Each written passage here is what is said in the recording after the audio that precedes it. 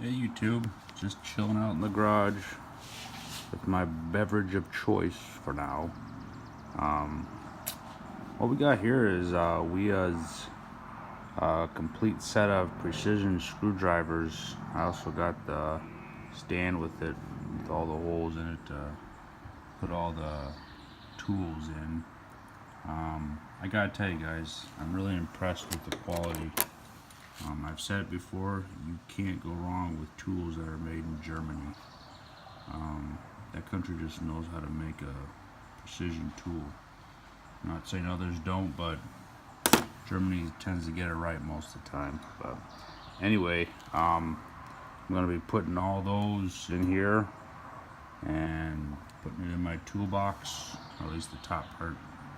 So hang with me. After I put them all in, I'll give you guys another shot. Alright guys, I'm back. Got it all put in there, organized just the way I like it. Let's go ahead and take a look at some of these. Take a look at this little guy right here. It is a T5.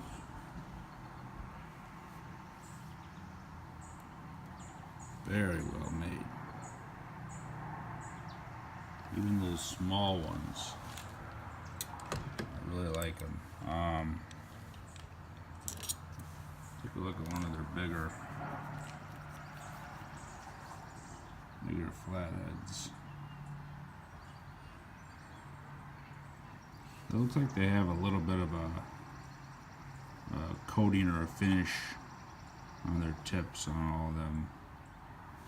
I don't know if it makes it more durable or it gives it more grip, but it's a nice touch that they have. Let's take a look at the Phillips. I think their sizes for the Phillips go all the way down to 000. But yeah, and like all good precision drivers, got that swivel cap at the end. So it's good stuff, guys. You ever need a precision set like this? You can't go wrong with this Wiha set.